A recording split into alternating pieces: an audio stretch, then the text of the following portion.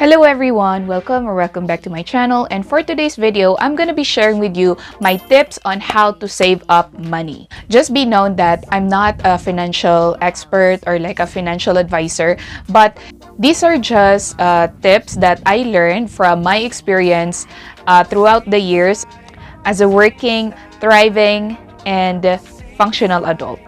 It's quite funny actually because this is quite a contrary to my previous uploads, because if you look at my previous videos, I've been pumping some hauls in there and product reviews. But if you're going to look at it, my hauls and reviews are like more on the affordable side of products that are really functional and that won't break your bank. I don't really push products that are on a steep price tag simply because I prefer to have money on my bank account. You know, there are people who are house poor, car poor. I don't want to be this kind of person who is material poor. So when we say material poor, you have all these awesome products that you have, or you have all these material things in life. However, your bank account is zero, or the worst, it's on negative. Anyway, ang dami ko nang sinabi. If you guys are interested on basic ways how to save up money, please keep on watching. So for my first tip is to start now. You have to open a savings account now.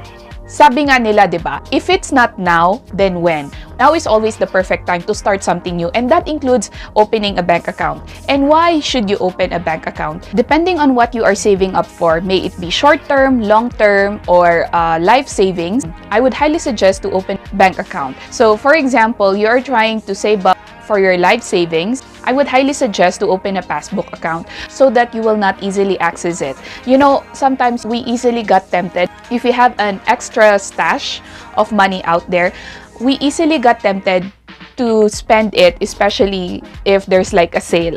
I myself is a victim of that. Another advantage of having a passbook account for your savings account is that because of the saying, out of sight, out of mind. Kapag hindi mo nakikita yung pera in your wallet or to your banking apps, you kind of forget about it, and that means the lesser percentage that you will spend it to something that you don't really need. Some of my friends really ask me, Abby, ang hirap mag-save. How will I start saving?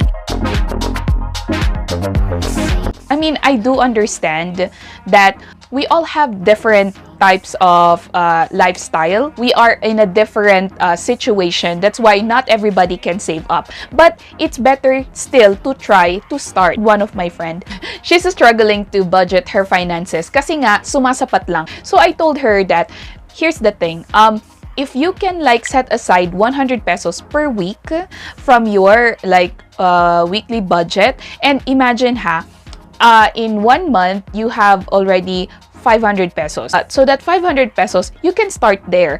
And actually, there are so many banks out there that accepts 500 pesos as an opening amount for savings account.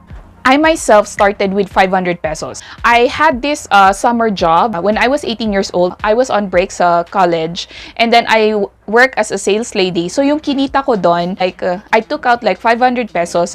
I went to this local bank and I learned that the opening amount is just 500 pesos and they gave you passbook, so I opened it. I'm proud to say until now, na-maintain ko pa rin naman, and I still have that bank account even though that's like decades ago. Another one, although I don't highly suggest it, I will use the situation of my friend as an example. So she has a really good credit standing on her bank. So her bank offered her a loan. I'm not really sure how much it is. So she grabbed that opportunity and she used that loan to open a new bank account for her emergency fund.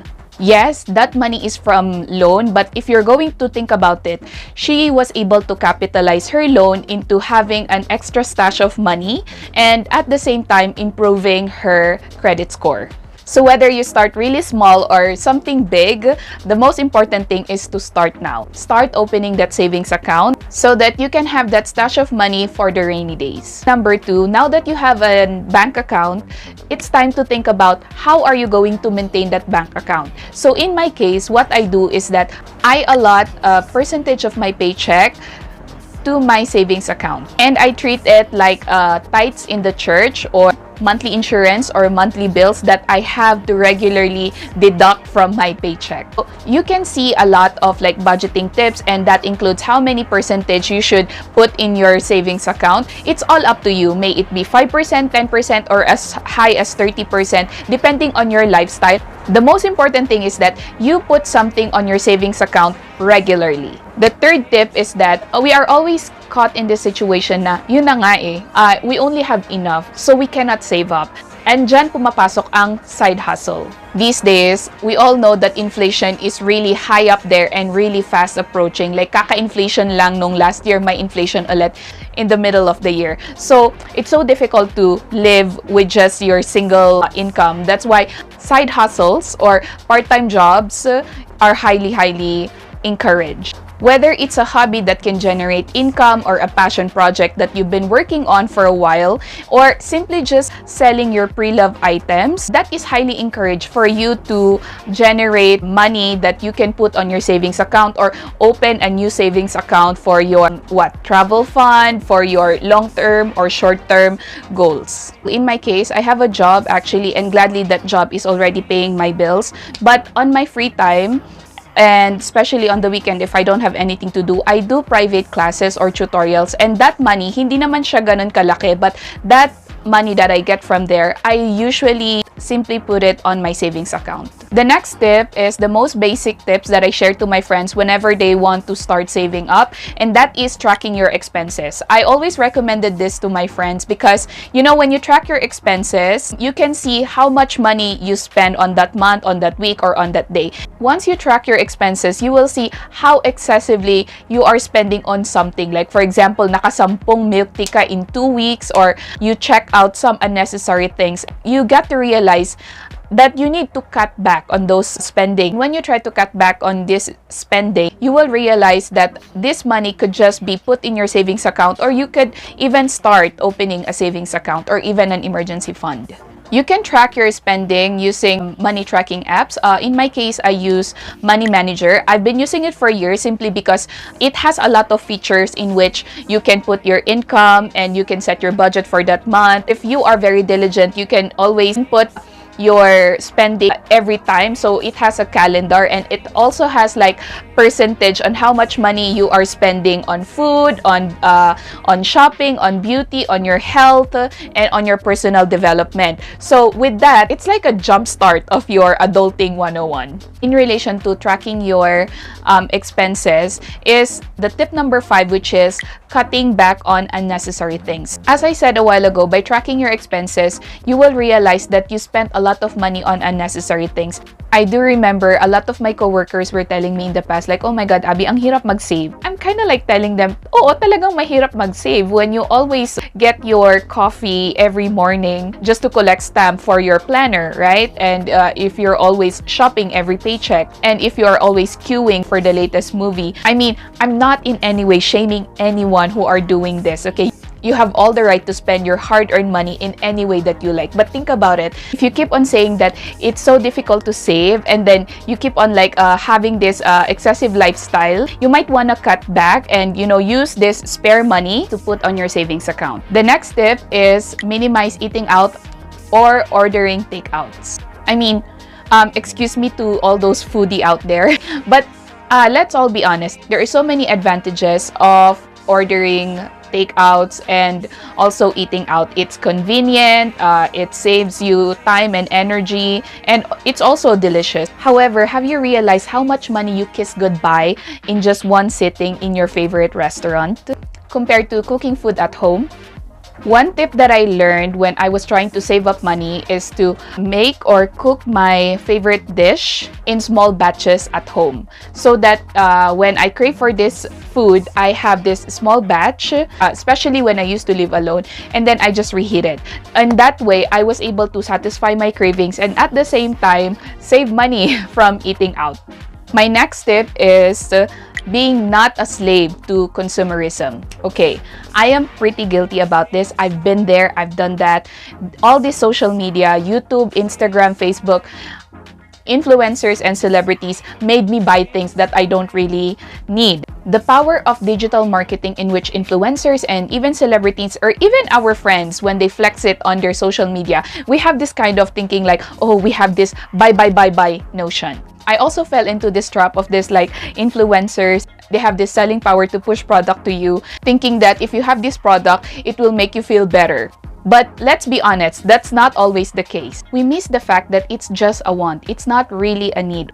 And also, if we really want to try out that product, maybe we can find a cheaper alternative for that product. Because these days, there are so many products in the market that are really good, but with just a fraction of the price.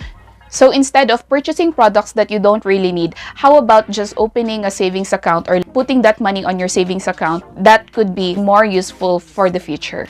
The next tip is that upgrades are not really necessary. Let's all be honest, who needs an upgrade? We don't really need an upgrade all the time, right? Actually, this is just my personal observation. I think sakit natin tong mga young professional or like young working adults. When we have a raise on our paycheck and or a promotion that we have, even bonus or 13-month pay, we always think, paano natin siya gagastos? Saan natin siya gagastusin? We usually open our shopping app or like run to the store to buy something that we think that is rewarding for this achievement. But if you're going to look at it, I think it's better to just like put it in your savings account or like start building a sinking fund or emergency fund. Here's my advice.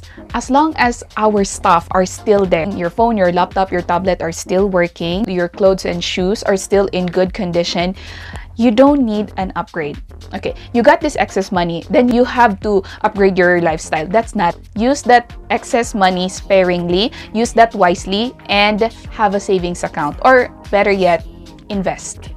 And lastly is having a piggy bank or a coin jar. Pre-pandemic, I have this travel jar. I put all the coins that I have every end of the day on that jar, and I was so amazed on how much coins I accumulated every end of the week or even every end of the month. Sometimes I even like end up having like 800 pesos coins that I actually bring to the bank, and of course that goes to my savings account. Don't be intimidated with these coins. The banks are very open and they would really love you to bring those coins in the bank compared to hoarding it for years kasi magkakaroon tayo ng shortage of coins. Again, do not underestimate the power of coins, whether it be 1 peso, 5 peso, 10 pesos, or even 20 pesos. Even though they're just coins, again, they are money that is accumulated. They are money that you store and you save up. Once you gather all these coins together, you will be amazed on how much they are worth. Hindi mo lang alam, baka makabili ka na ng Samsung buns through these coins. Alright, my friends, those are the basic tips that I have in saving money. So I hope you find this video helpful for you to jumpstart your saving journey or to just increase your savings. So anyway, thank you so much for watching, taking out some of your time to watch this video. If you find this video helpful or interesting or entertaining, whatever you want, give it a thumbs up and subscribe if you want. No pressure. And that's it. I'll see you again on my next one. Bye-bye.